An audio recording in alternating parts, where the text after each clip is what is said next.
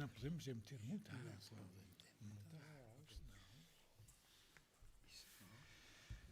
Boa noite a todos aqui nesta sala e também quem nos assiste online.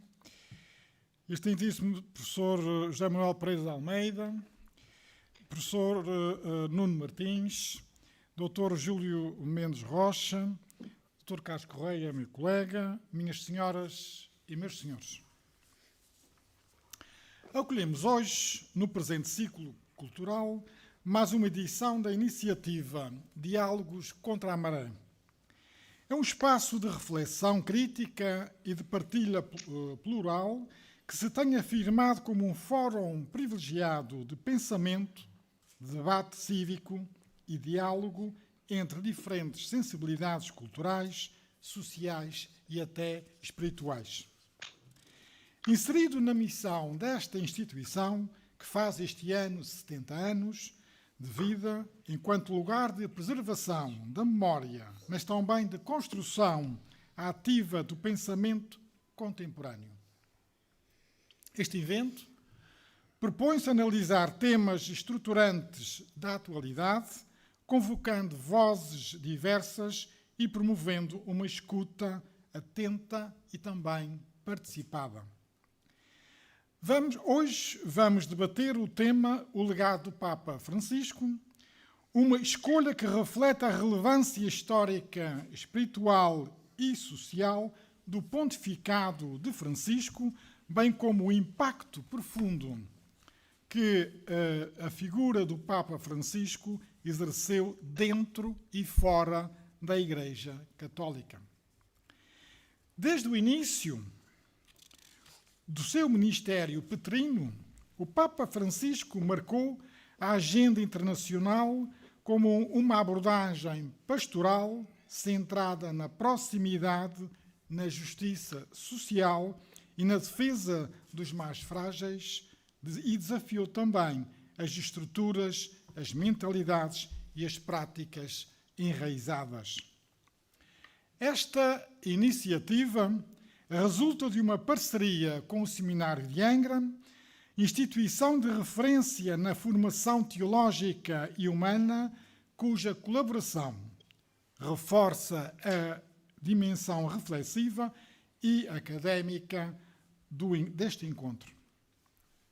A articulação entre a Biblioteca Pública e Arquivo Regional Luís da Silva Ribeiro e o Seminário de Angra traduz um compromisso comum com a promoção do conhecimento, do pensamento crítico e do diálogo entre fé, cultura e sociedade, num tempo marcado por várias transformações e por múltiplos desafios éticos e civilizacionais. O painel contará com a participação dos colaboradores residentes Júlio Rocha e Carlos Correia, cujos percursos se distinguem pela reflexão consistente e pelo envolvimento ativo na vida cultural, social e pastoral desta região autónoma dos Açores. A sua presença garante continuidade ao espírito dos diálogos contra a maré, assegurando uma leitura enraizada no contexto local, mas simultaneamente aberta às dinâmicas globais que atravessam este mundo contemporâneo. Juntam-se ainda como convidados José Manuel Pereira de Almeida e Nuno Martins, cujas intervenções prometem enriquecer o debate e com perspectivas complementares e experiências diversas. A pluralidade de olhares é um dos traços distintos deste evento, permitindo uma abordagem ampla ao legado do Papa Francisco, não apenas enquanto líder religioso, mas também como figura influente no plano social, político e cultural à escala global. O legado do Papa Francisco manifesta-se desde logo na centralidade que atribui à dignidade humana e ao cuidado com a casa comum. A encíclica Laudato Si tornou-se um marco incontornável na reflexão sobre ecologia integral, convocando crentes e não crentes para uma responsabilidade partilhada face à crise ambiental. Do mesmo modo, os documentos como Fratelli Tutti sublinham a urgência da fraternidade, do diálogo e da construção de pontes num mundo frequentemente marcado pela polarização, pela exclusão e também pelo conflito. Outro eixo fundamental do seu legado reside na atenção às periferias geográficas, sociais e existenciais. O Papa Francisco insistiu numa igreja em saída, capaz de se aproximar dos que vivem à margem, dos migrantes, dos pobres, dos idosos e dos jovens desiludidos. Esta visão pastoral, profundamente enraizada no Evangelho, desafia tanto as estruturas eclesiais como as sociedades contemporâneas a repensarem prioridades e também os modelos de desenvolvimento. Este encontro nesta instituição pretende assim criar um espaço de escuta e de reflexão crítica sobre estas dimensões do pontificado, questionando de que forma o legado do Papa Francisco pode inspirar práticas concretas no cotidiano das comunidades e nas instituições da vida pública. Mais do que uma análise teórica, trata-se de um convite ao compromisso e à responsabilidade individual e também coletiva. Este evento decorre em formato presencial e online, reforçando o seu caráter inclusivo e alargando o alcance da reflexão para além do espaço físico desta instituição. A transmissão digital permitirá que o debate chegue às comunidades portuguesas nos Estados Unidos da América, fortalecendo laços culturais e identitários e promovendo também uma participação ativa da diáspora num diálogo que atravessa fronteiras geográficas e geracionais. Aproveito para agradecer ao professor Dinis Borges, que tem colaborado na retransmissão destes nossos eventos. Esta dimensão transatlântica sublinha a importância de pensar o legado do Papa Francisco num contexto global onde as comunidades portuguesas no estrangeiro desempenham um papel fundamental na preservação da língua, da cultura e dos valores humanistas que estruturam a sociedade nacional, a identidade nacional. Ao envolver estas comunidades, Diálogos contra a Maré afirma-se como um espaço de encontro entre diferentes realidades, experiências e percursos de vida. Em suma, este evento representa uma oportunidade singular para aprofundar o entendimento entre o impacto do Papa Francisco no mundo odierno. Promovendo um diálogo sereno, informado e plural, a Biblioteca Pública e Arquivo Regional Luís da Silva Ribeiro, em parceria com o Seminário Episcopal de Angra, reafirma assim o seu papel enquanto agente cultural ativo, capaz de fomentar reflexão crítica, participação cívica e ainda um diálogo construtivo, contribuindo para uma sociedade mais consciente, mais solidária e ainda mais aberta ao futuro. Diálogos contra a Maré é uma rubrica que demos os primeiros passos em maio de 2024. Esta parceria com o Seminário Episcopal de Angra, da Diocese de Angra, preparamos, em parceria com o Seminário, preparamos uma série de encontros com o objetivo de provocar o diálogo livre nos campos da fé e da razão. Numa época em que estamos a viver com os efeitos da globalização, com a rapidez da informação. Os acontecimentos enfrentam mudanças constantes, de dia para dia. Daí a necessidade de criarmos esta rubrica Diálogos contra a Maré para discutirmos conceitos e questões próprias da sociedade que vivemos, da sociedade odierna. Esta rubrica nasceu também, ela, do diálogo e da tolerância. Foi a partir das dúvidas que a sociedade atual nos coloca, que em conversa aqui com o nosso colega Dr. Carlos Correia e com o Dr. José Júlio Rocha, que nos lançamos nesta tertúlia de ideias.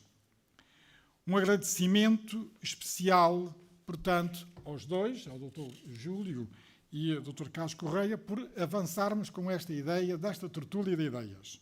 Um agradecimento também muito especial a Hugo Rego e a Luísa Gomes por permitirem esta ligação online e a gravação deste programa sempre prontos para estas tarefas.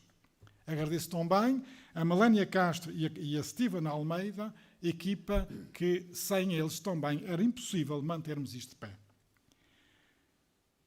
Portanto, os nossos convidados, o professor José Manuel Pereira de Almeida, doutorado em Teologia pela Pontifícia Universidade Gregoriana em Roma, é também vice-reitor da Universidade Católica Portuguesa desde 2018. Foi membro do Conselho Geral da Universidade da Beira Interior de 2009 a 2013. Presidente do Departamento de Ciências Médicas da Faculdade de Ciências da Saúde da Universidade da Beira Interior em 2002. Assistente eclesiástico da Cáritas Portuguesa desde 2009 e da Cáritas do Patriarcado de Lisboa desde 2018. Coordenador Nacional da Pastoral da Saúde desde 2013 a 2024. Secretário da Comissão Episcopal da Pastoral Social e da Mobilidade Humana desde 2014. O professor Nuno Martins é também doutorado em Economia pela Universidade de Cambridge, é professor catedrático na Universidade Católica Portuguesa, onde leciona as disciplinas de História do Pensamento Económico e de Filosofia Social e Ética. Lecionou também na Universidade de Cambridge e também na Universidade dos Açores. É membro do quadro editorial de várias publicações académicas e tem publicado diversos capítulos de livros internacionais, bem como numerosos artigos em várias revistas académicas internacionais nas áreas da economia e da filosofia. Passo agora a palavra ao Dr. Carlos Correia, que é aqui nosso colega, nestas lides de abraçar as ideias para a construção da esperança no futuro, que fará a apresentação do tema de hoje, assim como apresentará alguns dos nossos colegas, alguma coisa que eu tenha deixado atrás. Muito obrigado a todos e, portanto, vamos ao nosso tema. Carlos Correia, tem a palavra. Ora, então, muito boa noite a todos, bem-vindos. E a nossa temática de hoje é o legado social do Papa Francisco. Eu penso que é uma figura incontornável e ficará para sempre ligada à história da Igreja, esta figura do Papa que veio do fim do mundo. Como ele disse na janela, na varanda, aliás, da Basílica de São Pedro, na noite em que foi eleito Papa. Ele é um ponto de referência também neste mundo caótico em que a gente vive. A gente está num mundo desorientadíssimo. Para Francisco, a gente vive num sistema que exclui quem não pode pagar os benefícios da globalização e, por isso, nasce aqui uma nova categoria social que são os descartáveis. Dramaticamente, é um número de pessoas, homens e mulheres, que tende a aumentar. Há uma grande desproporcionalidade entre o desenvolvimento económico-tecnológico e o desenvolvimento social humano. Daí o brado por uma igreja em saída, sinodal, isto é, que caminha em conjunto, hospital de campanha a céu aberto, com pastores cujos sapatos trazem lama, cheiro das ovelhas mais feridas e perdidas na dignidade e na unicidade ímpar que as constitui. Pastores que, à imagem do Senhor, estão sempre em movimento, porque assim a Igreja não adoece. Infelizmente, muitas vezes, há a tentação de ficar na poltrona, de pantufas nos pés, a ver passar o mundo e a vida. Os cristãos vivem em situação semelhante às dos discípulos de Emaús, ou seja, numa travessia em que a experiência de Cristo, segundo o pensamento de Francisco, Cristo como outro, como desconhecido, como estrangeiro, se faz sempre necessária. Aqueles que o reconhecem na surpresa do caminho tornam-se participantes, então, de uma experiência radical de precariedade. Quer o vizinho irreconhecível, o irmão separado, o acotovelado na rua, trancado nas cadeias, hospedado com os desprovidos, ignorado, quase mítico, até numa região além das nossas fronteiras. Como tanto se tem dito, vivemos numa nova época. A sua alma é a pressa, a ansiedade, o imediato. E nesta contracultura do imediato, não há tempo a perder. Uma semana equivale a um dia, um ano a 2 ou 3 meses, parece que se perdeu a noção de profundidade. Cada segundo tem um valor que nem sempre conseguimos utilizar de forma que justifique o trabalho que nos deu. Em 24 de maio de 2015 aparece a encíclica Laudato Si, sobre o cuidado da casa comum, que prepara o terreno para uma nova visão de presença da Igreja, a chamada ecologia integral. E após a Rerum Novarum de Leão XIII, de 1891, que é base da doutrina social da Igreja, esta encíclica de Francisco é, pura e simplesmente, extraordinária. E o discurso dele não encerra nela, mas tem depois continuidade, quer na encíclica Fratelli Tutti, quer na exortação apostólica Laudate Deum. Textos esses que podem ser lidos por crentes, agnósticos, ateus, cristãos ou não cristãos, uma espécie de sirene que toca sem cessar, convocando toda a gente a tomar conta do planeta, dos seus ecossistemas, de todos os seus habitantes, humanos e não humanos. E há ideias-chave desta encíclica Laudato Si que se tornaram fundamentais. Tudo está interligado. Há que escutar o clamor da terra e dos pobres, há que salvaguardar a casa comum. E se esta ecologia é integral, é porque integra a vida espiritual, o devido respeito da dignidade de toda a vida e de toda a pessoa, e a exigência da fraternidade e de justiça social. Na carta Laudato Si, diz o Papa, é necessário corrigir os modelos de crescimento incapazes de garantir o respeito no meio ambiente, o acolhimento da vida, cuidado da família e cuidado social, a dignidade dos trabalhadores e os direitos das futuras gerações. O Pontífice busca uma economia que faz viver. Ora, esta economia, caso não mudem não mudem os rumos da humanidade, está em risco, coloca também uma espécie de nuvens negras sobre o nosso destino comum.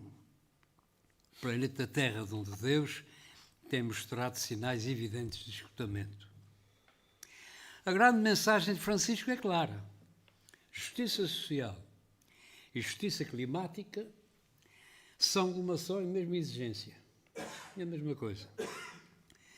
E por esta razão, e porque se colocou em primeiro lugar sob a proteção de São Francisco de Assis, o amigo dos pobres e da criação, Jorge Bergoglio fez de si um ícone do Papa anticapitalista. Profético no sentido mais literal do termo, logo na sua primeira exortação apostólica, a Evangelium Gaudium, convidava a dizer não a uma economia de exclusão e de desigualdade social, porque essa economia mata. Trata-se da nova idolatria do dinheiro e da divinização do mercado. Está-se a castigar a terra, os povos e as pessoas de uma forma quase selvagem. E por trás de tanto sofrimento, tanta morte e destruição, sente-se o cheiro daquilo que Basílio de Cesareia chamava o esterco do diabo. Reina a ambição desenfreada pelo dinheiro. O serviço ao bem comum fica em segundo plano.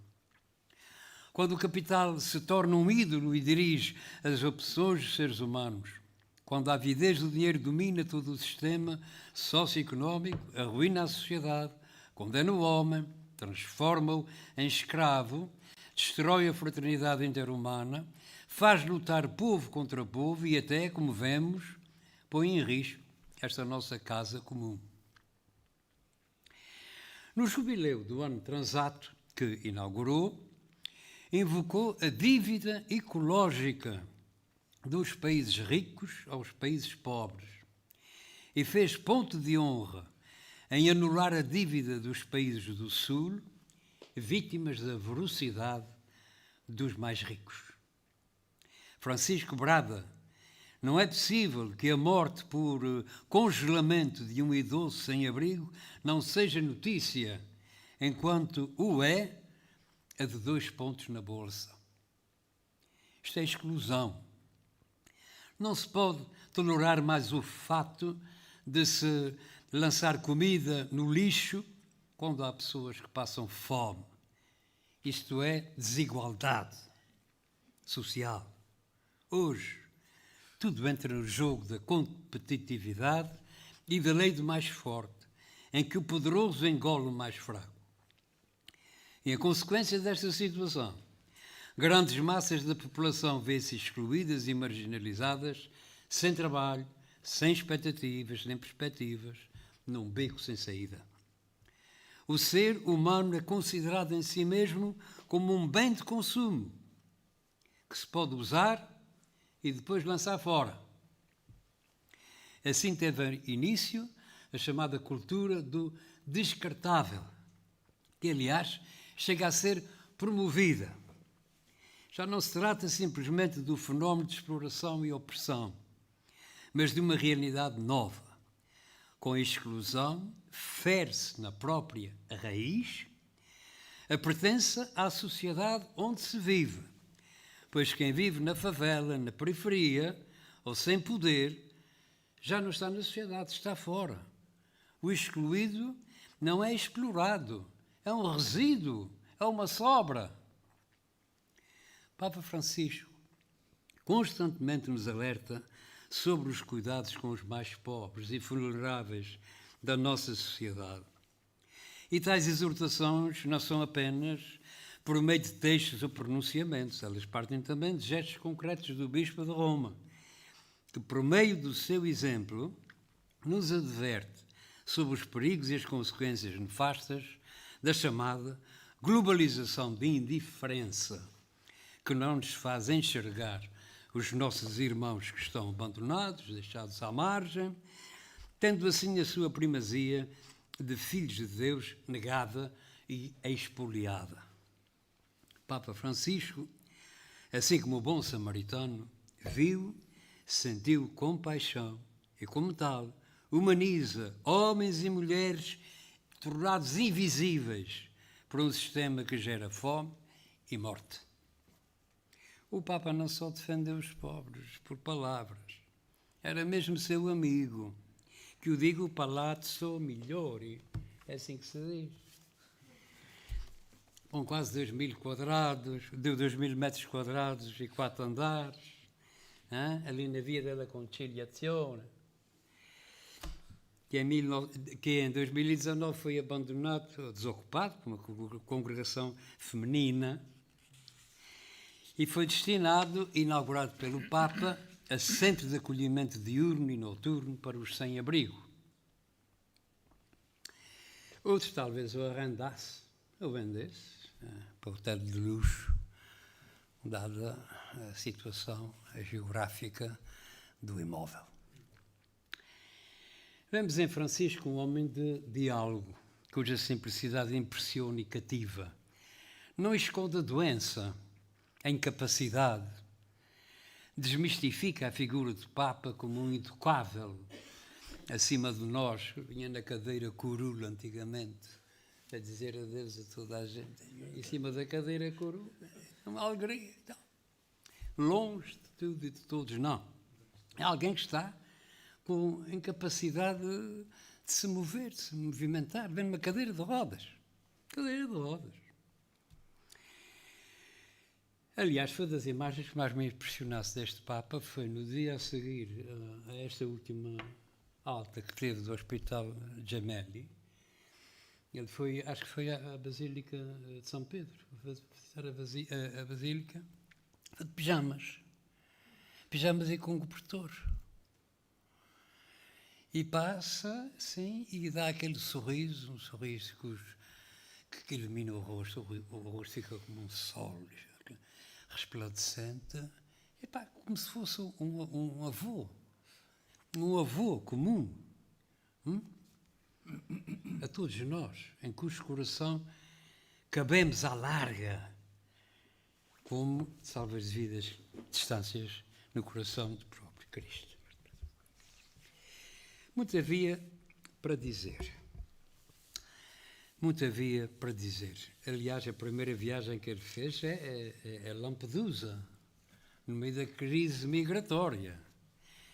E lá disse assim umas palavrinhas daquelas que mexeram bem dentro do coração de todos os que não podem com estas injustiças, nem com estas situações cada vez mais alarmantes de um sacudir de ombros perante os problemas que são comuns a todos nós. Não podemos dizer, o meu professor Caetano Tomás dizia, esta história de dizer o problema não é meu, é uma grande falácia. Não é que o problema não é meu. Tudo o problema me afeta. Sr. Padre José Júlio, continuo. Eu tenho muita coisa para dizer, mas não digo agora. Continuo, para a gente não se perder nesta linha de orientação. Obrigado, Padre Carlos Correia, Dr. Carlos Correia, caríssimo, amigo, irmão, companheiro de longos anos. Amém. E aqui também apresentador deste tema que me parece bastante interessante, bastante concreto e bastante atual, porque Francisco não pode ser uma vírgula, nem um lapso na história da Igreja, como às vezes parece querer insinuar, só parece que há gente que respirou fundo, com certeza, quando partiu o Papa Francisco, e foi isso que o Carlos também disse aqui há pouco, que descansou, respirou fundo, e agora vamos para a Igreja a sério, porque o Papa Francisco foi uma vírgula, e toda aquela questão da sinodalidade, da economia que mata e das periferias existenciais passam agora, e também de certas e profundas reformas na Igreja passam agora para segundo plano. Presumo que não vai ser assim com o Papa Leão, porque ele já mostrou também ao que veio. De qualquer forma, eu iniciava agora este diálogo com o Dr. José Manuel Pereira de Almeida com o Dr. Nuno Martins, começando exatamente por Dr. José Pereira de Almeida, que está ali, sorridente. Somos colegas da mesma cadeira, somos formados em moral. E ele também, para além disso, outra coisa também que nos torna amigos é que ele também é assistente da Comissão Nacional de Justiça e Paz. Portanto, é mais outra tarefa, como vocês repararam no pequeno currículo do Dr. José Manuel Pereira de Almeida, é um padre que também é médico, ligado à saúde, mas também muito ligado à pastoral social na Igreja Portuguesa. E por isso, Padre José Manuel Pereira de Almeida, a primeira pergunta que eu lançava era exatamente sobre o tema que nós temos hoje aqui, o legado social do Papa Francisco, que é uma matéria quase inacabada, tendo em conta a vida e tudo aquilo que ele disse e escreveu. Onde se centra a essência desse legado? Qual é a essência do legado do Papa Francisco? O legado social do Papa Francisco? Obrigado, Júlio. Muito obrigado a todos os que, desta maneira, se tornam próximos. Muito já foi dito nesta mesa em que se encontram e o que foi mais importante. Eu acrescentaria 2 ou 3 coisas em pé de página.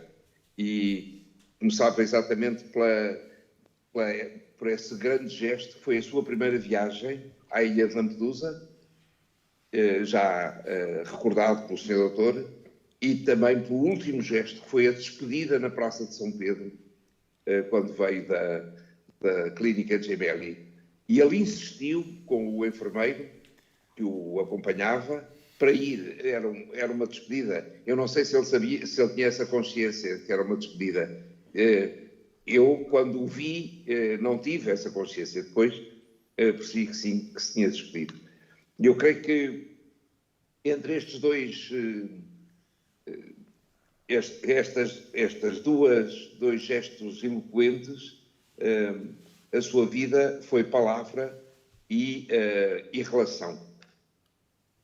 Para responder ao Júlio direitinho, porque a gente tinha combinado como é que isto começava, e, portanto, era a história. Então, eu diria, para escolher uma palavra, eu escolheria a palavra fraternidade.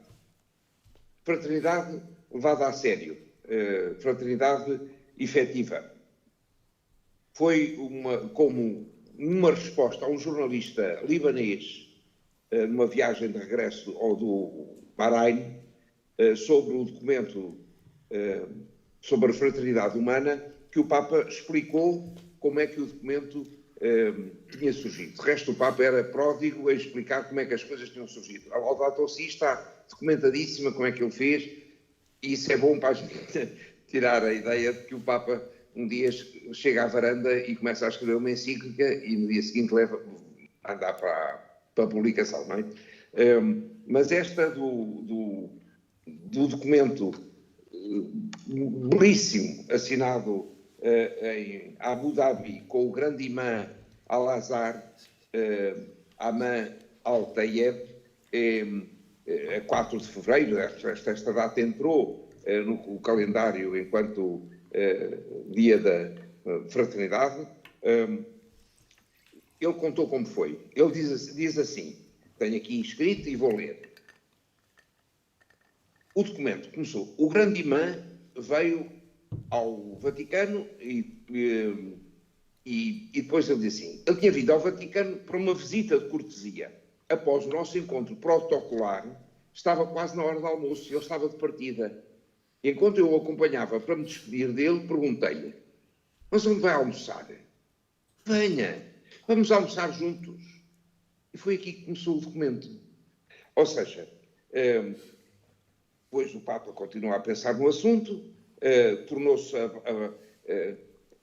esse documento torna-se a base da encíclica Fratelli Tutti, e de facto a amizade humana, a fraternidade, eu diria que é uma coisa tão laica e tão cristã que só um homem simples como o Papa Francisco, de resto Javier Cercas, não é? O autor espanhol que tem aquele livro, agora já com muitas edições entre nós, O Louco de Deus no Fim do Mundo, em que ele acompanha a viagem do Papa Francisco à Mongólia, diz, afinal, o segredo do Papa é que não tem segredo nenhum. É um cristão sentado na cadeira de Pedro. Afinal, não é? Como se dizia de João Batista, de João 23.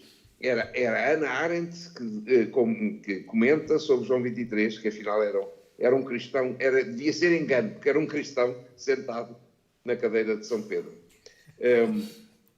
E nada, e portanto isto desmancha as nossas pré-compreensões, tem uma relação com todos próxima e ao mesmo tempo luminosa, é aquele coração de avô, né, depois em que cabemos todos, como já foi dito. Eu gostei muito das primeiras intervenções, muito obrigado.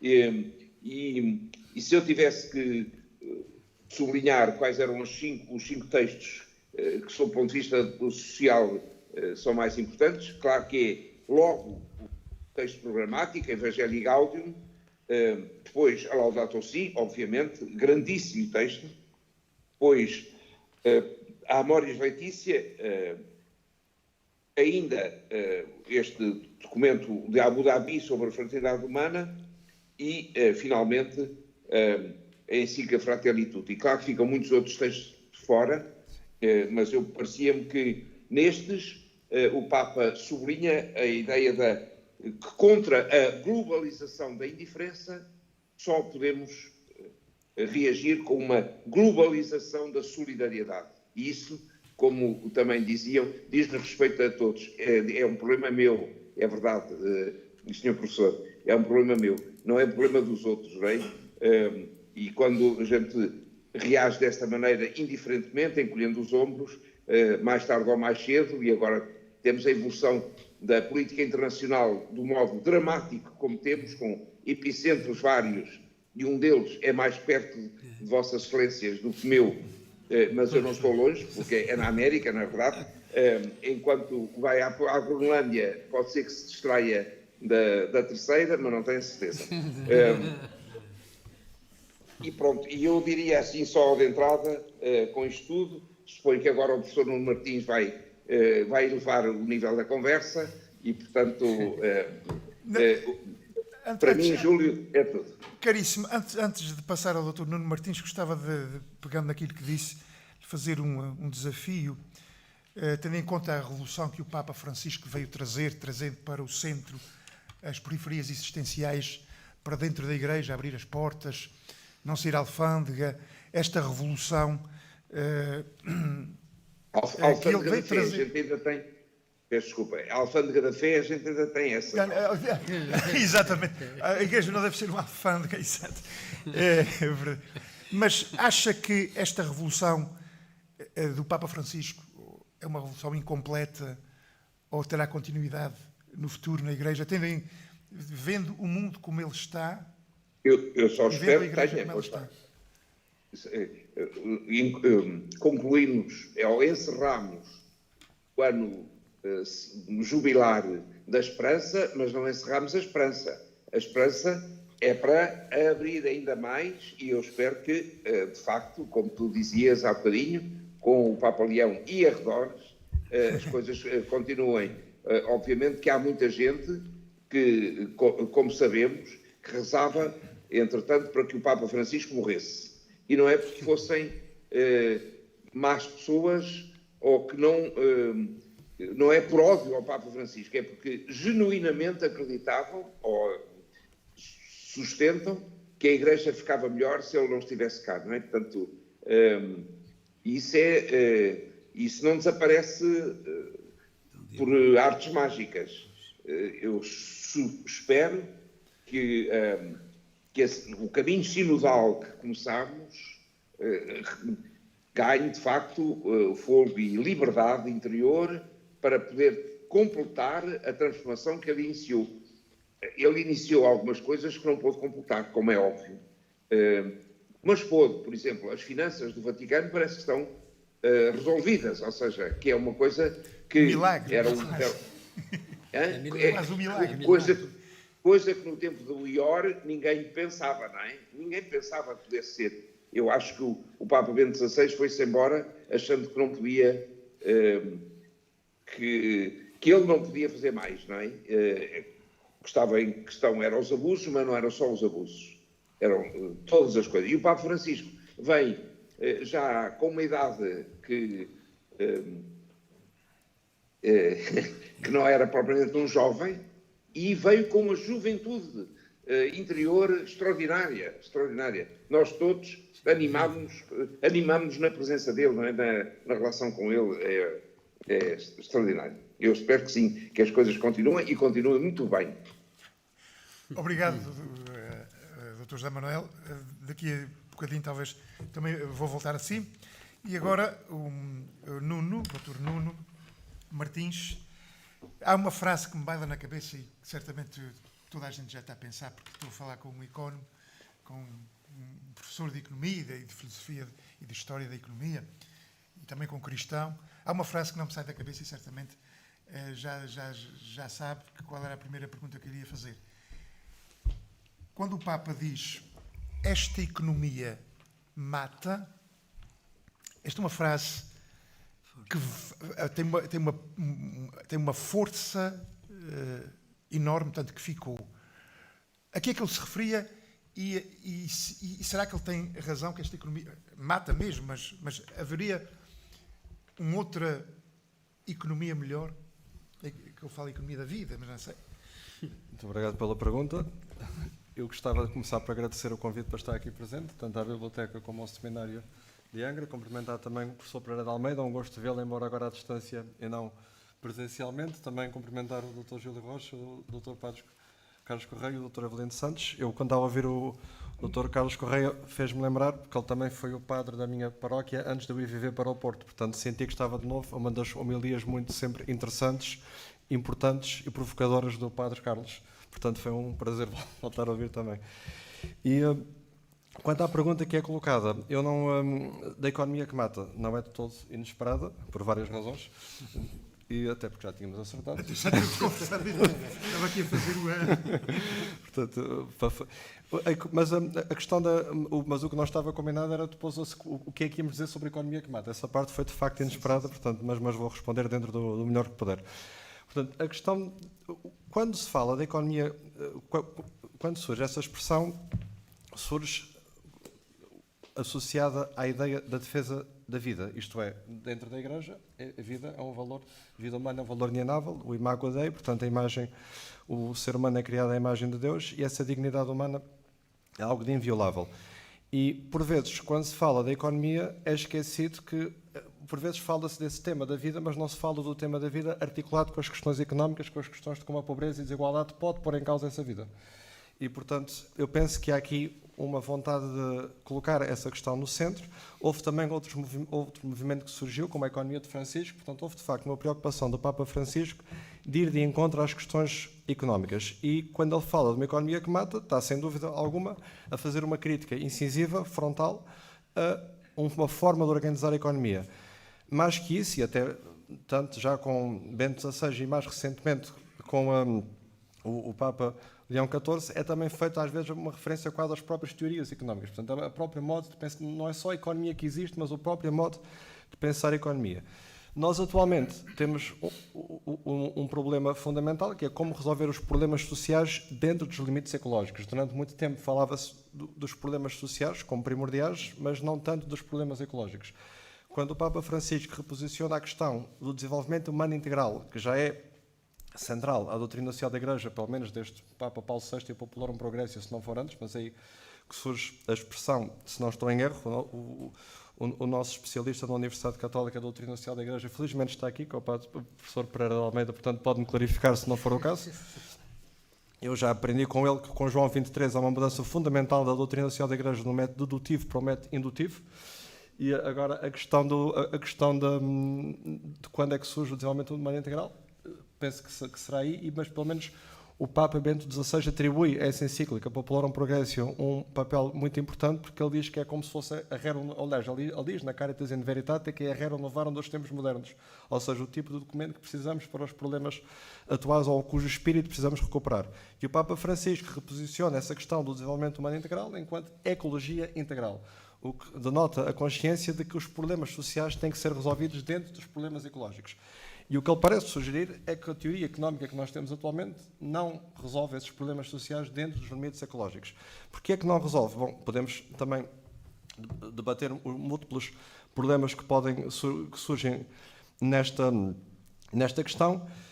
Aqui uma questão fundamental é que a economia começa com Adam Smith, quando se torna uma ciência levemente autónoma, por ser uma ciência ainda moral, vem da filosofia moral.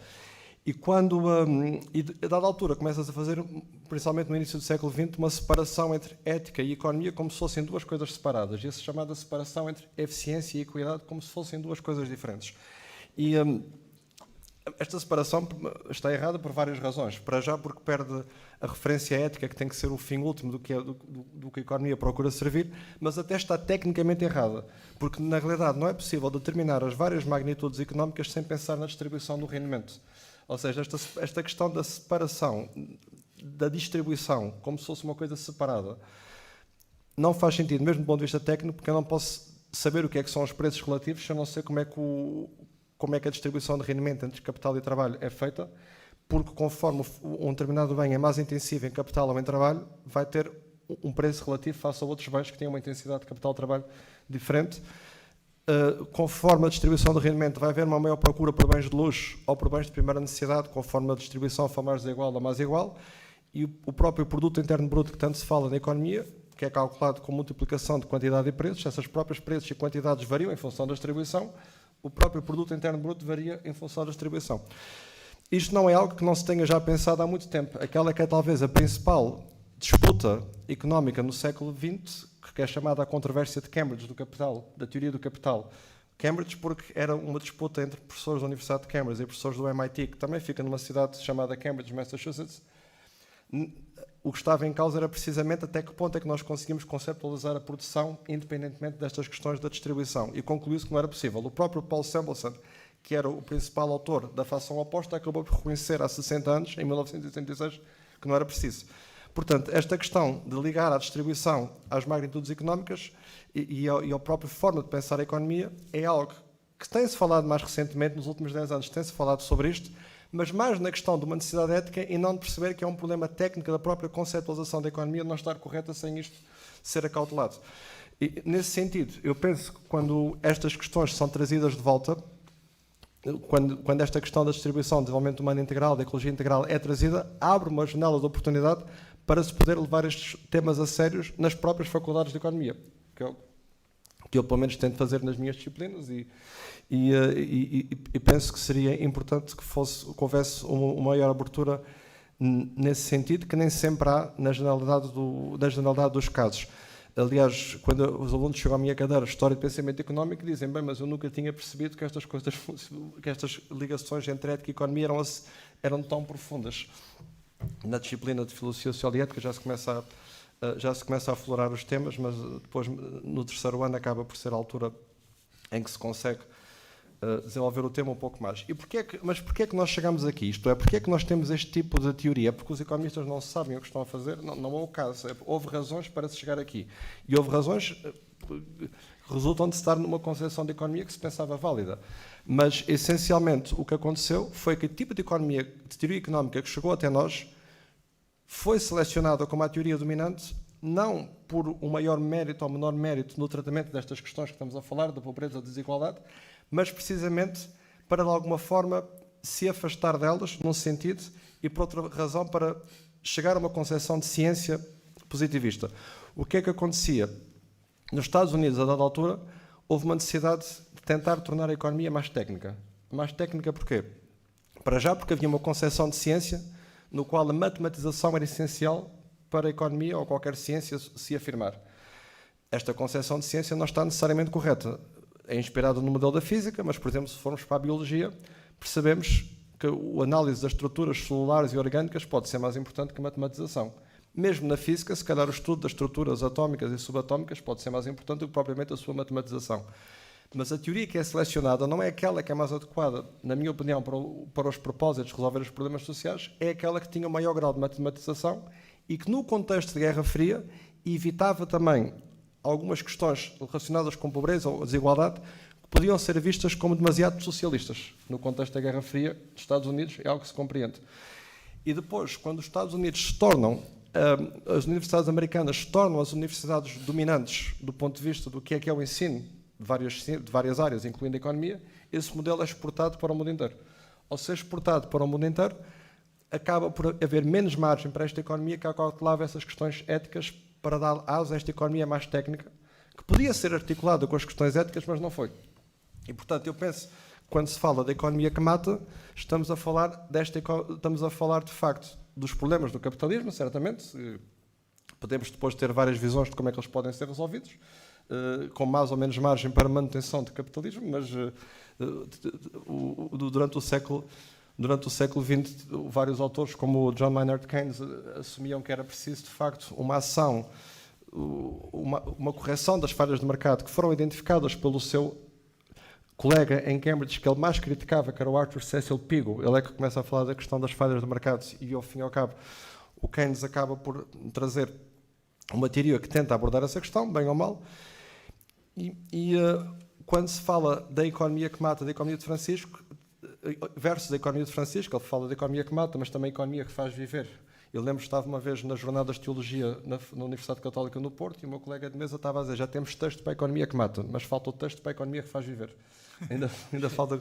E eu penso que é esse texto que temos agora que construir e tendo também, para o qual naturalmente estes documentos podem contribuir muito, mas eu penso que é fundamental percebermos que é preciso uma maior abertura do que é a nossa concepção de ciência e de economia, porque se partirmos da concepção atual, a tendência vai ser sempre pensar que em cíclica que estes textos não estão a abordar os temas da forma que deviam ser abordados. É sempre a percepção que eu tenho junto dos meus colegas. Dizem: bom, isto é tudo muito interessante do ponto de vista moral, mas falta aqui uma vertente, falta perceber um bocadinho melhor este pormenor ou aquele pormenor.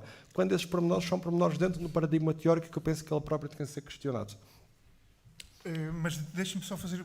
Mas nesse sentido, confesso que tive alguma dificuldade em acompanhar um pensamento tão elaborado em economia. Peço desculpa por isso. Eu tenho que pedir desculpa. Mas culpa é sempre minha. Não, a culpa é de quem não está. A culpa é de quem não está à altura, com certeza. Mas percebi, a essência percebi. E queria só... Então, o Dr. Nuno é adepto de que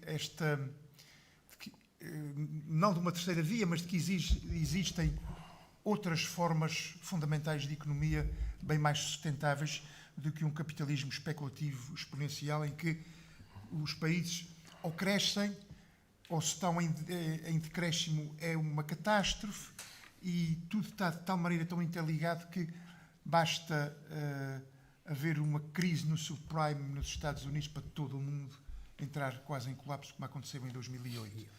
É possível uma outra economia, então? Aquela economia da vida, uma economia que não mata, que faz vida? Sim, é certamente possível, mas tem que assentar em outras... Um outro paradigma? Sim, tem que assentar noutras bases epistemológicas e éticas. Ou seja, por exemplo, para tentar falar de um... Eu penso que o grande desafio é sermos simples sem ser simplistas. Portanto, eu vou tentar fazer isso agora. Mas na teoria económica atual, o valor das coisas é medido em termos de utilidade. Isto é uma herança do utilitarismo enquanto filosofia moral.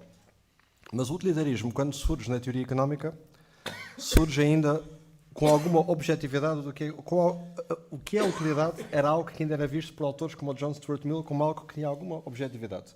E nós tivemos depois uma mudança em que nós passamos a considerar a utilidade como algo irredutivelmente subjetivo.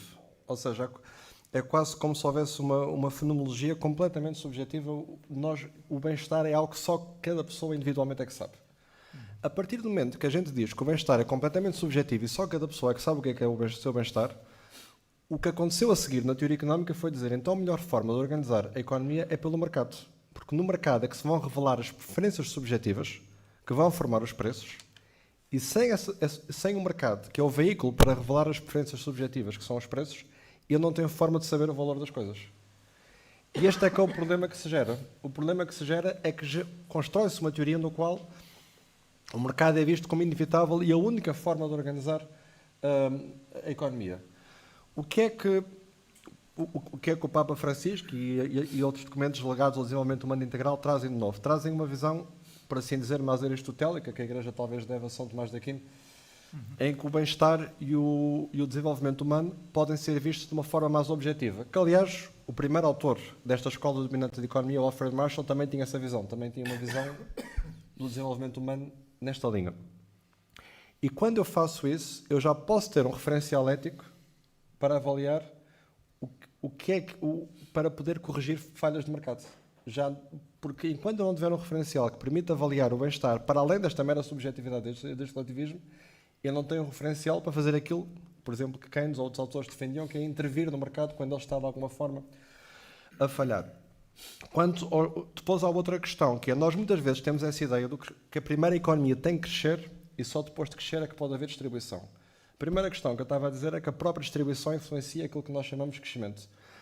Mas aquilo que nós vemos como resolução de problemas sociais, eles próprios são indutores da melhor performance económica. Se as pessoas têm melhores acessos à saúde, se têm uma melhor educação, isto vai trazer melhorias ao nível daquilo que se chama, erradamente a meu ver, capital humano, que se devia chamar potencial humano, porque capital humano parece que o ser humano é apenas um capital, um instrumento, enquanto a palavra potencial humano tem em conta a parte intrínseca e a parte instrumental. Isto é o que dizia o professor Amartya Sen sobre esta questão, quando ele traz o conceito de desenvolvimento humano, que a meu ver tem muitas ligações à ideia de desenvolvimento humano integral também. Só que, por isso, tanto é que alguns autores chamam de desenvolvimento humano. Claro que tem, Sr. Professor. E o Alfredo da Costa fazia muito essa ligação. Era um homem que não se... como sabem, é engenheiro químico. Portanto, sim. Não, em matéria destas coisas, pronto, somos todos aprendizes, seus e de outros. Vá. Muito obrigado. E, aliás, o que eu ia dizer é que há muitos autores, quando falam da abordagem do professor Amartya Sen, chamam de desenvolvimento humano secular, como quer dizer que é quase paralela à abordagem de desenvolvimento humano integral, mas feita numa vertente nas Nações Unidas e não no contexto da doutrina da Igreja. Mas era muito bom tirar a água benta do desenvolvimento humano integral. Não precisa ter água benta para nada, quer dizer, não é? E isso era muito interessante. Eu creio que os jovens economistas que se juntam, economistas e outros, que se juntam a ver se escrevem tal texto sobre a economia que faz viver, eu creio que é... Vamos ver, não é? Eu acho que vai ser na sua geração, vai conseguir fazer isso, vai lá ver. Não é bem a minha geração, porque quando começou a economia de Francisco era para pessoas com menos de 40 anos e eu já tinha mais de 40 anos, portanto eu já estava fora. mas tenho participado na medida do que posso, tenho participado na medida do que tem sido. Mas a questão... Eu concordo inteiramente com a questão da água benta que disse e eu penso que o professor Amartya Sen acaba por fazer isso. Ele na realidade, ele participou, ele diz que, ele uma vez estava numa conversa a dizer que participou na encíclica Centésimos Anos, de alguma forma, que até há uma frase na encíclica que é a frase que ele próprio disse. Portanto, ele diz que, provavelmente quando esteve na Pontifícia Academia das Ciências Sociais, ou em alguma dessas ocasiões terá participado, e existem, de facto, muito aconselhamento por trás dessas encíclicas de pessoas de variadas áreas. Sim, mas o que eu queria dizer era apenas isso, é que, de facto, o desenvolvimento humano não é apenas um fim último ao qual nós só podemos chegar depois de resolver o problema do crescimento, é também um meio para a economia funcionar melhor. E esta vertente intrínseca e instrumental será importante ter em conta no tal texto que esperamos um dia vir a criar da economia que faz viver. Obrigado, Dr. Nuno.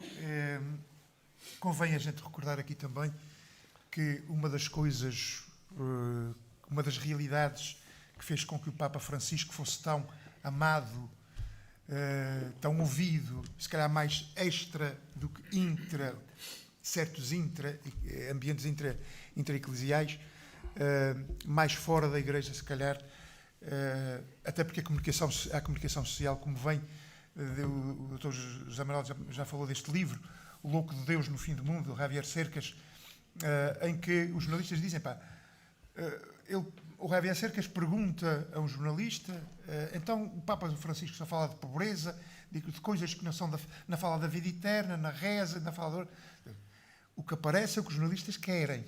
Porque o Papa fala muito mais dessas coisas, 90% do que o Papa diz tem a ver com a Igreja, e esses 10% a comunicação social lança para fora. Portanto, o Papa Francisco é muito mais do que ser apenas um Papa de uma Igreja IPSS.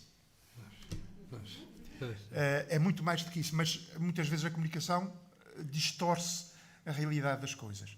E o Papa Francisco também tornou-se um Papa diferente porque acompanhava as suas palavras, que eram revolucionárias, de gestos. Um dos primeiros gestos extraordinários de Francisco foi, na Quinta-feira Santa de manhã, ir a uma prisão, a uma casa de reclusão de jovens, e celebrar a última ceia e lavar os pés a muçulmanos, entre os quais 2 meninas, uma coisa que começou a fazer curto-circuito em algumas cabeças pensantes da Igreja. O beijo nos pés dos líderes do Sudão do Sul, o visitar a pobreza, Lampedusa, Lesbos, os lugares das periferias existenciais, o visitar lugares como, em vez de ir à Espanha, por exemplo, ou à Argentina, que tinha banhos de multidão, ir à Mongólia, que tem só 500 cristãos, ou ao Catar, encontrar-se naquele gesto impressionante de fraternidade de que o Dr. José Manuel Pereira de Almeida já falou aqui, ao Catar, ao Bahrein. Desculpe, quando olhamos para si, estamos a olhar assim de lado, porque temos aqui um ecrã e vemos assim. Muito bem, eu veja, acho que senhor. nós... E os sapatos... Eu percebi que não estão a olhar para mim de lado. Os sapatos de Francisco, os sapatos pretos de Francisco, toda a metáfora que é Santa Marta, aquele lugar onde ele viveu num quarto igual aos outros, não nos aposentos pontifícios do Palácio Apostólico. Todos estes gestos serviram de louvor e de acusação, exatamente pela mesma razão. Diziam que era uma hipocrisia de Francisco, que fazia aquela coisa apenas para fazer show-off, para as pessoas baterem palmas, e outros diziam os gestos do Papa são proféticos. São proféticos. E ele não é apenas aquele... uma coisa é falar de pobreza num cadeirão dourado, outra coisa é falar de pobreza numa cadeira mais simples. E eu queria... Não sei se queres intervir alguma coisa. Quer dizer, o que impressiona muito nele é a sua proximidade. O fazer-se próximo. Fazer-se próximo. Que o Dr. José Manuel Pereira de Almeida dizia que era a fraternidade, a proximidade. Portanto, eu penso que a grande novidade dele é a inclusão. Sim. Aquela ideia de todos. Todos. Quer dizer, todos são bem-vindos. A preocupação dele não é que tu sejas um homossexual ou aquela LGTBQI, mais não sei o que quer dizer que mais. A grande preocupação dele é a pessoa. E isso é fantástico. Quer dizer, é a pessoa, é a condição. Quer dizer, é a pessoa. Podemos dizer, Carlos, que uma igreja sem portas, já? Exato, que portas abertas. Portas abertas. Que a pessoa está no centro. Está no centro de tudo. E mais do que ninguém, a Igreja sempre defendeu isso, mas mais do que ninguém, podemos dizer isso, mais do que ninguém, Francisco foi aquele que mostrou como é que se faz. Que a pessoa humana é inegavelmente válida aos olhos de Deus, independentemente seja do que for. E telefonar todos os dias para Gaza, para o parque daquela comunidade, daquela paróquia, todos os dias telefonar para lá, mesmo quando esteve internado no hospital. Isso é uma atitude fantástica. Pá. Ou reconhecer a Palestina como Estado. Quer dizer, a identidade daquela gente. E depois o Papa era um Papa muito impulsivo. A gente via logo pela cara se ele não gostava da pessoa que estava a tirar a fotografia ao lado dele. Via-se logo. E essa impulsividade e essa imprevisibilidade punham os cabelos em pé, à cúria, claro. E se eu estivesse lá também ficava com os cabelos em pé. Quando é que o Papa vai assustar a gente outra vez? Mas, Carlos, já te fazer se calhar mais uma pergunta daqui a bocadinho, mas eu gostava de... Dr. José Manuel, este é um Papa também da doutrina social da Igreja, mais do que, vai concordar comigo certamente, mais do que talvez qualquer outro Papa na história, mais do que o João Paulo II, mais do que Leão XIII, se calhar, porque Leão XIII é o que iniciou. De qualquer forma, a doutrina social da Igreja é um corpus que vem crescendo e que se vem mantendo unido com os seus princípios e as suas aplicações práticas ao longo dos anos, com uma viragem ali com a Pacem Terris de João 23, que me disse um método mais dedutivo para um método mais indutivo, ir à prática, ir à experiência, buscar o material. Quais foram as grandes mudanças? A doutrina social da Rerum Novarum já não é bem a doutrina social hoje, quer dizer, mas hoje complexificou muito mais. Quais foram as grandes importações de Francisco para a doutrina social da Igreja hoje, no seu entender? É isso. Eu creio que vamos las ver no pontificado de Leão XIII, de Leão XIV, espero. Exato. Ou seja, que ao chamar-se Leão, ninguém se chama Leão na vida, a não ser os sportinguistas. Ao chamar-se Leão, a gente até se assusta, mas depois então, foi exatamente o que eu senti. Leão, Leão XIII. Sim. Também podia ser o Leão Magno, Leão XIII. Ele assume como Leão XIII. Então, antes a Revolução Industrial, agora a Revolução da Inteligência Artificial e companhia, não é? A gente diz só IA para despachar, mas é muito complexo. De facto, eu creio que o grande salto no pontificado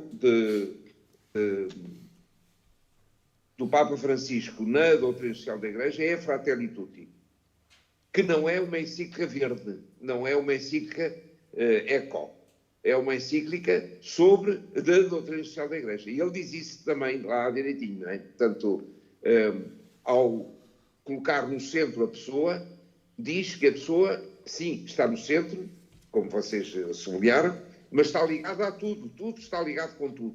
E nós também somos terra, não é? E, portanto, não podemos mais explorar, usar as coisas e deitar fora aquilo que o senhor o doutor dizia tão bem com a palavra descartável. A gente aprendeu palavras com ele, não é? Quer dizer, eu não sei se essas palavras existiam em espanhol, se calhar sim. Nós não usávamos, a não ser que tenham outra opinião, e eu é que tinha um léxico mais pequenino. Mas há muitas palavras que o Papa inventa e propõe à maneira do nosso miacoto, não é assim? Palavras que lhe dão jeito para ele se exprimir e dizer o que ele quer. Como? Exatamente, aí está. Exato. E isso nem em espanhol se usa, digo eu. Eu não sei nada de espanhol, portanto, mas suponho que o grande salto na doutrina social da Igreja, com o Francisco, é mesmo a Laudato Si. E depois o que segue, não é? Portanto, suponho que pôr em marcha a reflexão sobre a economia de Francisco é também um passo significativo. Júlio, já reparaste que, apesar de tudo, a gente, sob o ponto de vista da reflexão moral, que privilegiamos a ideia da gratuidade, temos sempre uma pedrinha no sapato contra a economia de Francisco, porque, brincando, a gratuidade, lá daqueles senhores italianos que nos escrevem umas coisas, o nosso professor Nuno Martins pode ser que tenha outra ideia, mas eu acho que a gratuidade nunca é devidamente salvaguardada. Ou seja, porque Deus ama-nos, porque sim, Deus para ali, não é que assim, não é outra razão, não é porque nós somos bonzinhos ou temos olhos azuis. E essa proximidade com que Jesus, ou o bom samaritano, ou que se aproxima, não é para ganhar nada com isso, não é?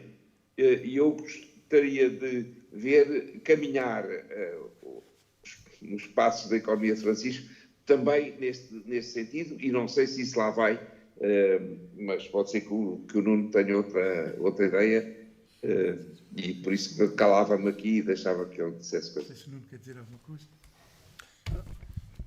Eu espero também que caminhe nessa direção. De facto, a gratuidade seria central. Faz-me lembrar que quando aparece, por acaso, a teoria económica, existe uma influência da teologia na altura, porque o autor que começa esta escola económica dita neoclássica, Alfred Marshall, era uma pessoa influenciada pelas questões teológicas. Ele teve uma espécie de crise existencial porque não concordava com uma teologia evangélica que ele chamava-se na altura, com autores como Henry Mansell, na Igreja Anglicana, da teologia da expiação. Ou seja, aquela ideia da pobreza e a desigualdade no século XIX britânico, na Inglaterra vitoriana. Ainda bem. Sim, não concordar. Ser uma espécie de expiação do mal que era inerente ao ser humano. E ele não concordava com isso. E depois ele vai ser atraído pela ideia de uma teologia da encarnação. Ou seja, uma ideia de que o mundo é algo para ser transformado em algo, é um espaço de atuação para podermos transformar em algo de melhor, e aí ele acaba por perceber que é preciso uma economia que caminhe nessa direção. Eu não sei até que ponto é que ele teria a ideia da gratuidade presente ou não. Ele certamente tinha presente a ideia de que a expiação não deve ser o nosso fio condutor. Depois disto, aqui todos os meus colegas de mesa, desde o professor Pereira de Almeida até o Dr. Júlio Rocha e o Dr. Carlos Corrêa, saberão explicar estas coisas melhor que eu. Mas nós também temos na doutrina católica uma ideia de João de Escoto do primado de Cristo, a ideia de que a encarnação é um bem que não tem que estar subordinado à expiação de pecados. E, portanto, esta ideia da graça eu interpreto-a geralmente nesse sentido, ou seja, no sentido de que a encarnação é uma graça que não tem que estar, e esta gratuitidade não tem que estar subordinada a essas questões. Isto do ponto de vista teológico. Como é que isto se traduz depois numa questão económica? Como é que na parte económica se consegue isto? Eu penso que na parte económica existiu sempre também alguma roupagem teológica implícita em muito do modo como as coisas foram abordadas, desde o tempo do Thomas Robert Malthus. E eu penso que seria preciso alguma interação entre teólogos, filósofos e economistas para se conseguir, de uma forma articulada, construir uma economia de Francisco, ou como quisermos designar, mas a mim parece uma excelente designação, que consiga articular isto do modo que seja, em que isto possa desenvolver e florescer.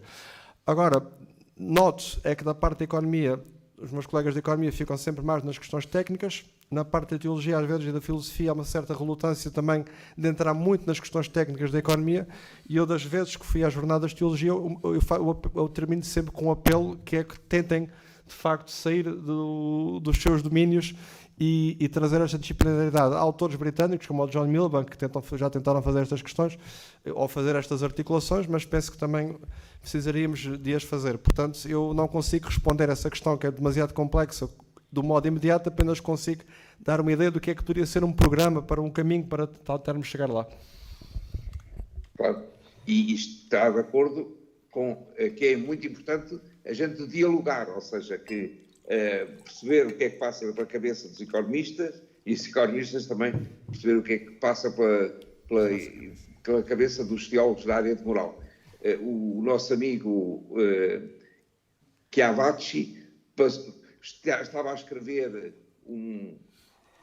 na altura usava-se os grandes manuais de teologia moral, e ele fez aquilo em volumes. Quando chegou à economia disse: alto, agora paro 3 anos e vou estudar economia.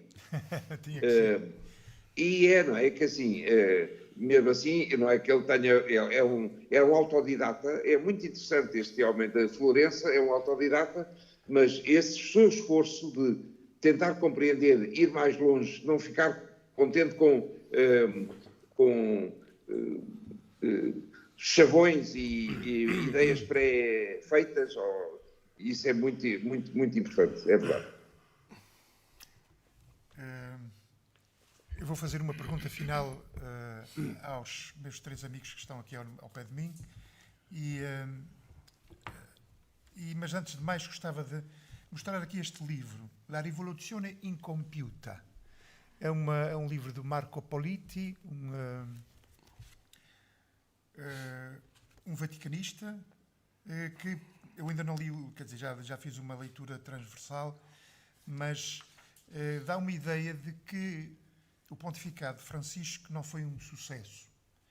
Portanto, a Igreja agora, depois da sua morte, encontra-se dividida entre tradicionalistas e reformadores, com divergências sobre temas como a comunhão para divorciados ou mesmo questões sociais.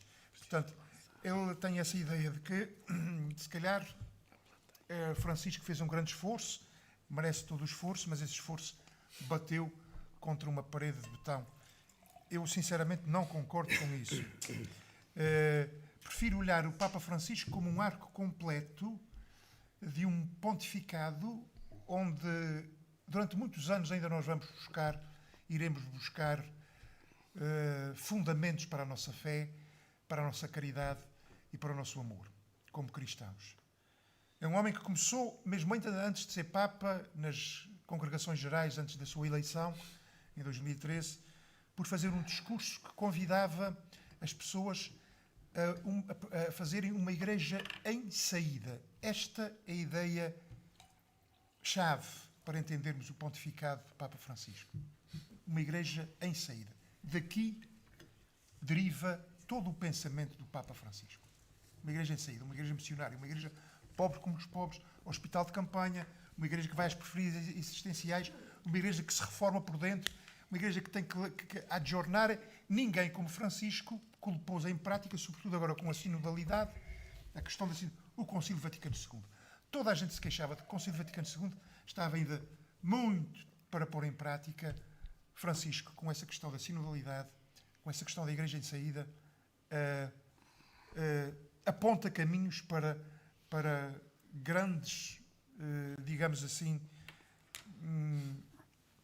uma visão da igreja muito mais sinodal e conciliar. Começa com uma igreja em saída e termina com aquela frase, digamos assim, aquela frase impactante na Jornada Mundial da Juventude em Lisboa, ou aquela expressão, todos, todos, todos. Só podemos entender o pontificado de Francisco com essas duas balizas. Uma igreja em saída, começa uma igreja em saída e acaba todos, todos, todos. Não é isto que Jesus queria. Não foi para isto que Jesus estendeu os braços numa cruz, para que todos, todos, todos se salvassem. Não é esta a missão da igreja. Porquê é que a gente tem tanta dificuldade em dizer todos, todos, todos, e depois arranja aquelas desculpas todos, todos, todos, mas não tudo, tudo, tudo. É óbvio. Calma. Todos, todos, todos é uma frase muito séria de Papa Francisco. É uma frase muito séria de Papa Francisco. É a vontade de Deus. Deus não é pai só dos católicos. Não é pai só daqueles que fazem bem. Não é pai só daqueles que acreditam em Deus. Não é pai só daqueles que fazem a vontade de Deus. Deus é pai do universo. É pai das outras civilizações que estarão aí para cima neste universo, sabe-se lá como e quando. É pai de todos. Deus é único. E, portanto, esta expressão, todos, todos, todos, é o corolário lógico de um pontificado que eu considero um pontificado profundamente evangélico.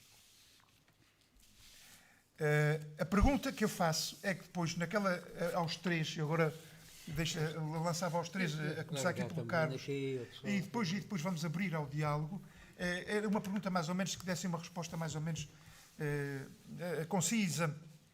É uma pergunta também precisa, talvez não seja muito precisa, seja um bocadinho existencial, porque há uma questão na Fratelli Tutti do Papa Francisco que hoje e como o mundo virou no último ano, digamos assim, apenas para o ar, essa nova ordem mundial, essa velhíssima desordem mundial, que é o que é mais certo, o Papa diz uma coisa que espanta qualquer pessoa. Fala de amor na política. Carlos Correia, Nuno, José Manuel Pereira Almeida, primeiro Carlos, isto é uma utopia ou é possível? A utopia é algo que nunca acaba, não é? A utopia nunca se acaba. Está sempre é uma possibilidade contínua. Construir. Aliás, o que é que são as bem-aventuranças? O que é que são as bem-aventuranças, pá? São razões de esperança. São razões de esperança. São razões de esperança. Para mim, na minha ideia, é o meio termo entre a utopia e a realização. Pronto. E as bem-aventuranças é assim uma coisa teórica ou prática? Como é que se concretizam as bem-aventuranças? O amor é um sentimento, é? É uma atitude fundamental. Então uma atitude, pá. Então, Aqui, esse já, amor, ok. portanto, o amor na política, é claro, evidentemente que sim. Oh, Carlos, agora calaste-me de vez. Esta gostei desta mental. Não? O amor é um sentimento, uma atitude fundamental de vida. Se é uma atitude fundamental de vida, tem que fazer parte da Mas com política, certeza. essencialmente. Então o Papa provoca mesmo as pessoas a inserirem-se na questão política. Eu A penso- política é uma nobre arte, não é uma nobre arte de Há mais construção, nobre de todas as de artes do bem construção comum. de uma sociedade A arte do nova. bem comum. Obrigado, Carlos Correia. Passava ao Nunes o que é que tinha a dizer. Se isso é do ponto de vista de um economista, se é... O Padre Carlos já disse o essencial, eu faço aqui uma nota de rodapé, que é os problemas políticos que nós temos atuais, muitas vezes nós atribuímos alguma ignorância, as pessoas não sabem, não percebem, há desinformação, isso é tudo verdade. Mas eu acho que há problemas sociais de fundo também, isto é, por exemplo, eu estava em Inglaterra no verão passado, não neste, mas 2024, e estava a falar com um professor americano, e ele estava a dizer, os meus familiares são todos de esquerda, ligados às Labour Unions, e eles vão todos votar no Trump. E ele explicava que o que acontece é que nós temos problemas sociais de desigualdade, de pobreza, que não estão a ser devidamente resolvidos e por vezes as pessoas pensam, bom, se calhar estas soluções, se alguém aparece a oferecer soluções aparentemente fáceis, rápidas, diretas, as pessoas pensam se calhar isto vai funcionar. E o que acontece é que por não conseguirmos comunicar com as pessoas ao resolver estes problemas, voltam-se para quem promete que vai resolvê-los de outra forma ou consegue criar a ideia de que existe um tipo de elite que está a explorar, seja neste caso não uma elite capitalista como poderia ser noutra, e se calhar num discurso que seria mais realista, porque de facto existe uma desigualdade de rendimento a esse nível que é objetivável, mas levanta-se aquela ideia de que há uma elite cultural que está de alguma forma com a qual nós não conseguimos aceder e depois cria-se uma espécie de canal direto para as pessoas, dizendo às pessoas, mas nós somos diferentes destas pessoas que os têm governado até então, nós temos as soluções que os outros não tiveram. É verdade que os outros não tiveram as soluções que as pessoas talvez precisassem, é muito duvidoso que estes vão ter soluções melhores. E, portanto, essa questão da política, de facto, essa compaixão, em vez pelos problemas, que deveria ajudar a resolver estes problemas, é fundamental para evitar o estado que nós temos atualmente, que eu penso que não vem só de desinformação, eu penso que vem de causas profundas, e dei este exemplo deste colega americano, que ele me dizia, de facto, eles vão votar não por estarem desinformados, mas porque acham mesmo que já não sabem mais o que é que vão fazer para resolver os seus problemas. E estamos nisso. Estamos nisso. Dr. José Manuel, agora, se há ódio na política, porque é que não há de haver amor, não é? Certamente. O dramático na política é, eventualmente, a indiferença. O ódio pode-se converter sempre em amor, porque as coisas são vividas. Já Francisco dizia que o maior pecado era a da indiferença. Não é? Exatamente. E a ideia do amor político é uma ideia claramente emergente na teologia da história, no que diz respeito a Skillebeck, mas Skillebeck importa de Jorge Sobrino, é América Latina, a expressão. E, de alguma maneira, Paulo VI está relativamente perto desta ideia ao dizer que a política é o mais alto grau de caridade, não é? E, portanto, estamos na continuidade, isto parece uma coisa marcelista, peço desculpa, estamos na evolução na continuidade, não é? Isto é só para os mais antigos, para os mais novos já não se lembram, não sabem. Não, mas há dois marcelismos. Há o marcelismo antigo e o marcelismo atual. Exatamente, bom. Senhor. Vocês aí também votam no próximo domingo ou já votaram? Não, só estamos uma hora atrasados. Não é um dia, é uma hora. Ora, muito obrigado, Dr. José Manuel Pereira de Almeida. Não sei se quer dizer mais alguma coisa. Eu agora abria ao público. Temos ali o microfone ao fundo. Quem quiser dirigir-se, quem quiser aqui da mesa, ao Dr. José Manuel Pereira de Almeida, pode fazê-lo. Não sei se há perguntas, questões que vieram das redes. Alguém quer comentar, aprofundar, tirar alguma dúvida? Temos ali o microfone ao fundo.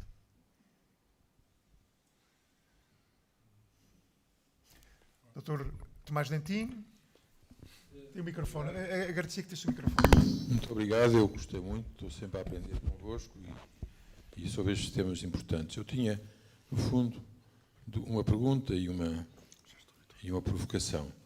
A pergunta é sobre as rendas.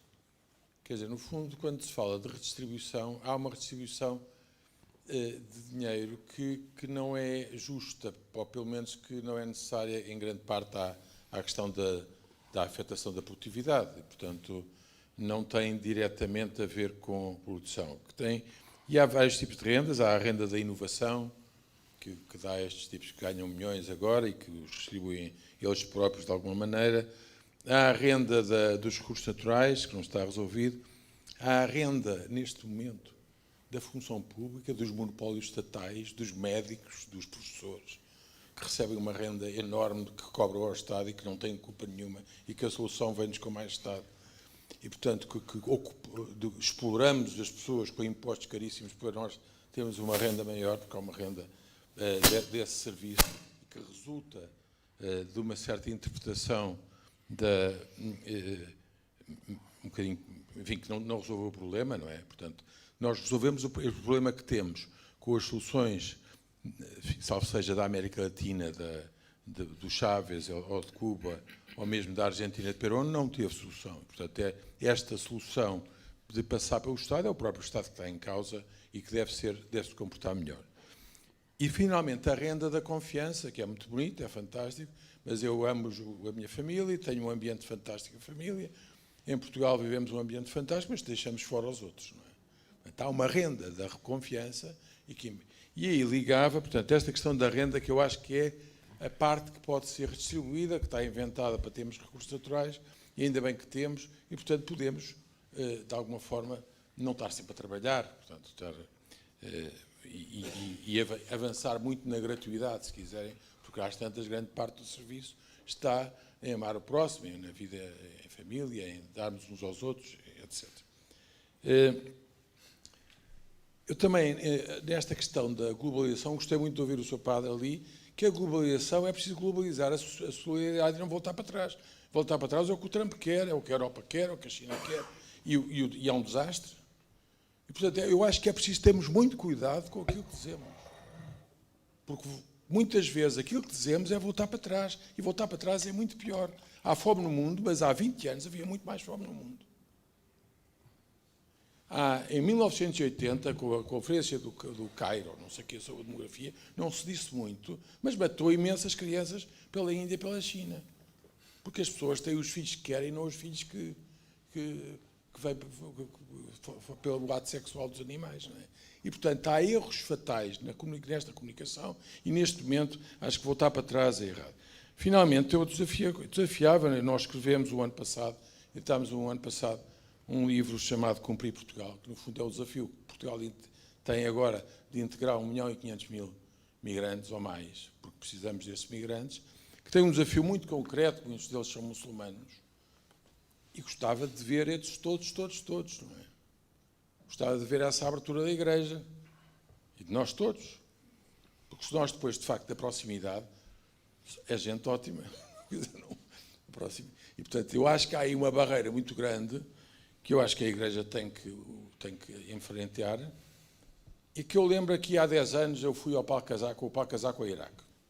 Eu disse ao Padre João Seabra, desculpa, o que se passa lá é gravíssimo. Ó Tomás, não te metas nisso.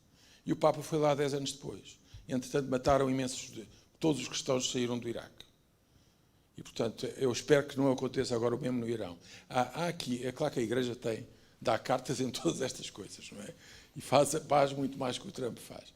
Mas há estes cuidados, estou velho, e estas sensibilidades às coisas que é preciso, não é uma questão meramente académica de ligar a teologia à economia, é uma questão do concreto, de discernirmos, de sabermos sobre a guerra do Irão o que é que se pode fazer. do sabermos que há 10 anos, quando, em vez de brincar com o pau-casaca, ele estava lá a fazer uma coisa certa, a alertar uma coisa certa. E nós deixámos o Mário Escurez brincar com ele. Percebe? E, portanto, há este discernimento que podemos fazer de cada caso, e como há uma globalização da economia e também há uma globalização da solidariedade, há uma globalização da responsabilidade política. Nossa. Muito obrigado. Presumo que não fez nenhuma pergunta, não sei se de economista. Ok, Não, mas eu já agora, Sim. como não é de economia, eu ainda queria dizer mais duas palavras, duas. Uma é clericalismo.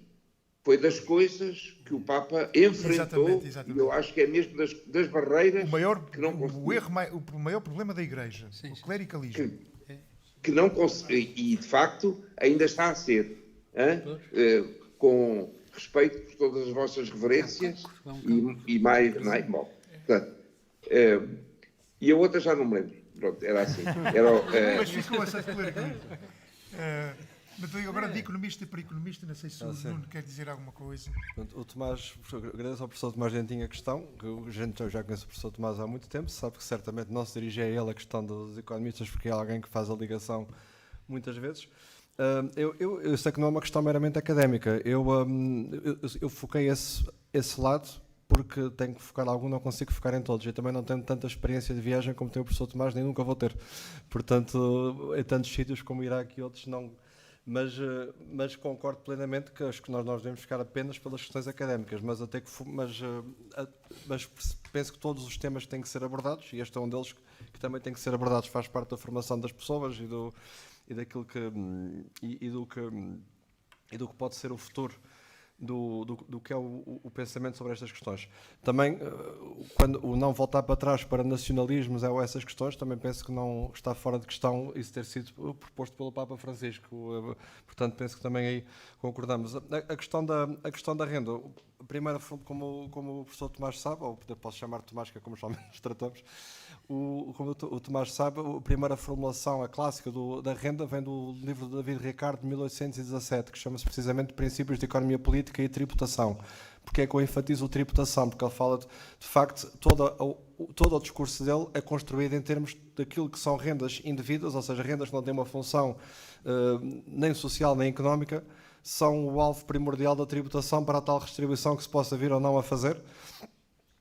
Claro que não tem que ser tudo articulado via Estado, porque além do princípio do bem comum, temos o princípio da subsidiariedade, da solidariedade, outros princípios que devem ser também articulados. Agora, o que é difícil é identificar o que é que são as rendas.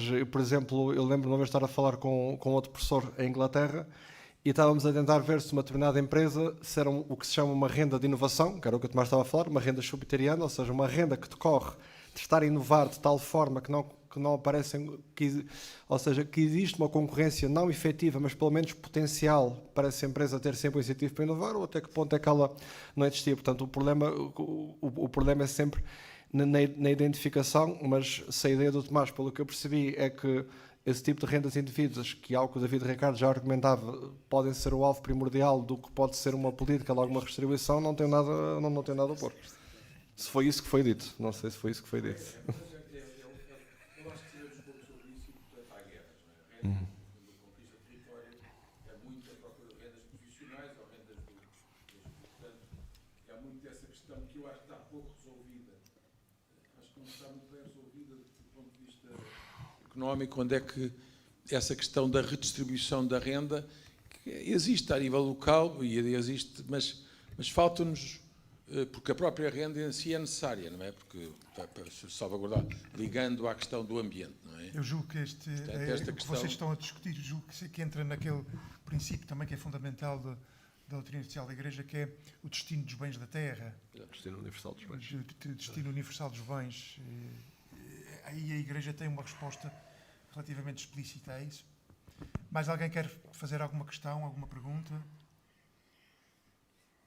Epá, se é assim, acho O microfone. Gostei muito de os ouvir. Estava aqui no meu pensamento pequenino a pensar que esta globalização da fraternidade começa em cada um de nós, principalmente nos mais jovens. Nós adultos já não sabemos muitas coisas, como o professor Tomás estava ali a dizer. É uma realidade. Mas quando eu chego, por exemplo, à minha sala de catequese e vejo 18 miúdos em que a indiferença é uma coisa que dói na pele. Como é que nós vamos fazer a globalização da fraternidade, que tem que começar nestes miúdos? Eu, nas minhas formações, aprendo. Tenho que fazer o encontro com Cristo na minha sala de catequese. Mas se o meu muro de betão é a indiferença daqueles miúdos, é muito difícil, eu tenho que me virar do avesso para provocar o encontro. É o meu pensamento pequenino. Obrigado, amiga Lígia. Eu tenho uma pequena história rápida que muitos já ouviram, que era um catequista, quando eu estava em São Pedro, era um catequista que dava catequese em São Carlos, a miúdos, penso que é do nono ano, oitavo, nono ou décimo, dos últimos anos, aqueles anos mais difíceis. E numa das lições o professor estava a falar e disse uma daquelas frases que toda a gente ouviu desde pequenino, que estamos tão habituados que já nem sabemos bem o que é que quer dizer. Jesus Cristo morreu para nos salvar. E um dos rapazes levanta o braço: eu sou catequista, mas para nos salvar de quê? A indiferença chegou a esse ponto, quer dizer, a gente, portanto, já estamos numa sociedade em que a cristandade já está a rarear e cada vez mais, como dizia o Papa Bento XVI, a Igreja vai se tornar cada vez mais pequenina, mais pessoal, mais fermento na massa e, por causa disso, também mais pura, mais resto de Israel, como aprendemos na teologia bíblica. Isto é a globalização da indiferença. Isto é a globalização da indiferença. E penso que a sensação de perda que nós temos, a perda dos jovens, a perda dos fiéis, as igrejas vazias. Humanamente, Jesus Cristo também foi um fracasso. Acabou numa cruz.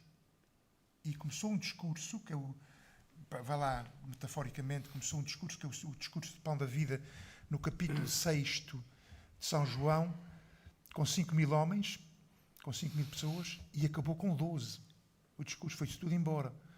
E, portanto, a morte na cruz, humanamente, nós usamos demasiados critérios humanos para avaliar a ação da Igreja. Usamos... E isto significa... E não estou a dizer isso à Lígia. Estou exatamente a concordar com a Lígia que essa dor e esta sensação de fracasso e de falhanço faz parte do nosso caminho espiritual. E se nós quisermos realizar-nos espiritualmente, temos que incluir o fracasso, o falhanço humano na nossa própria espiritualidade.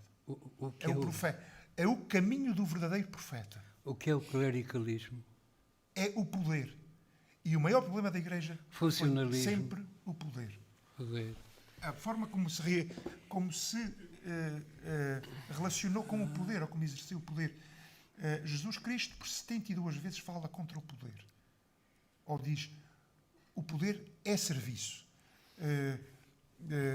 Quem se humilha será exaltado, quem se exalta será humilhado, não sejas como os grandes, até serve de todos. E o seu último grande gesto antes da paixão foi, sabendo ele que Deus lhe tinha dado todo o poder, como é que ele exerceu esse poder?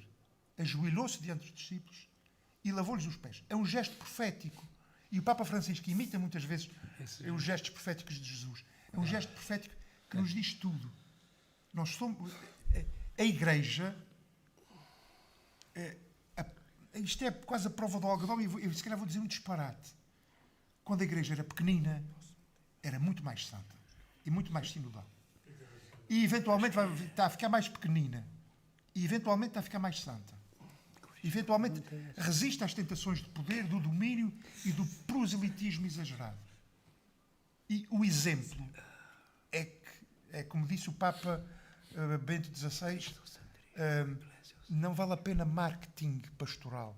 É o teu exemplo. E basta. Não sei como. Deixe se calhar o microfone. Eu tenho um microfone atrás, se quiser usar. Para as pessoas em casa poderem ouvir. Se Conciso. tiver alguém. Porque a gente já está a ficar um bocadinho. E se não for demasiado, se não for conciso, cortem-me a palavra que eu não fico ofendido. Eu não sei se o que se veio colocar aqui está um bocadinho desenquadrado, mas é a preocupação de um cristão. Pronto. E falou-se aqui durante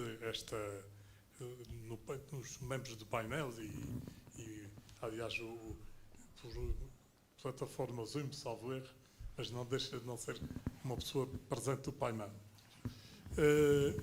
E eu vim falar aqui muito, e concordo absolutamente com isso, em responsabilidade. Portanto, na responsabilidade de todos nós. Digo, realmente, nós hoje em dia assistimos, da minha geração que tem 65 anos, assistimos um bocado a uma certa indiferença que até nos choca. Mas eu pergunto, por exemplo, de onde é que nós estávamos, nós, todos, os cristãos, ou os ditos cristãos, de onde é que nós estávamos para deixar as coisas chegar ao ponto que chegaram? Fizemos Jesus Cristo, não deixou nada escrito. Deixou parábolas que descreveram supostamente por ele, não é? Ou inspirados. Bom, não vamos entrar agora nesta dimensão. Mas foi conhecido muito mais pela prática. E no Padre Júlio dizia há bocadinho, e bem, a igreja, quando era mais pequenina, a chamada Igreja das Catecumenas do Catecumenato, a Igreja Nascente, como era chamada também, quando as pessoas se convertiam à chamada nova religião, e quando alguém nos questionava o motivo pelo qual aderiam à nova religião, que eram os irmãos do caminho, as pessoas que aderiam diziam assim: vede como eles se amam. Será que hoje em dia nós temos moral para abrir a boca para dizer isto? Obrigado, caríssimo amigo. É verdade, é verdade. Eu também tenho incluído na crítica que estou a fazer. É verdade. Eu também não estava no sítio certo. Sim, mas a igreja tem feito o seu caminho e tem crescido e a gente já sabe que um corpo grande demais não funciona bem. E o Concílio Vaticano II veio trazer uma achega muito boa para a igreja se tornar mais santa, se quisermos assim, que é a colegialidade, a horizontalidade, uma certa autonomia das igrejas locais, para que a igreja não seja um corpo grande só mandado pelo Papa, mas que nas igrejas locais se formem as comunidades, a igreja das comunidades. Foi quem concluiu o concílio iniciado por João XXIII. Digamos a verdade, eu digo a verdade e concluo. Diga. Aquilo que eu vou dizer, eu assumo aquilo que eu vou dizer. Na prática, estes documentos, e foram dois fundamentais para além de outros de mais pequena dimensão, o Concílio Vaticano II esteve na gaveta entre Paulo VI e Francisco. Não digo que estivesse na gaveta, não digo. Faz o que eu digo, não faças o que eu faço. Apraz dizer alguma coisa sobre isso? Já agora, referir que havia, antes de aparecer, antes de tudo isso, sob o ponto de vista da história da Igreja, o Carlos Palacios, que era um jesuíta espanhol, mas que viveu como missionário na América Latina o tempo todo, dizia que a Igreja tem três grandes períodos.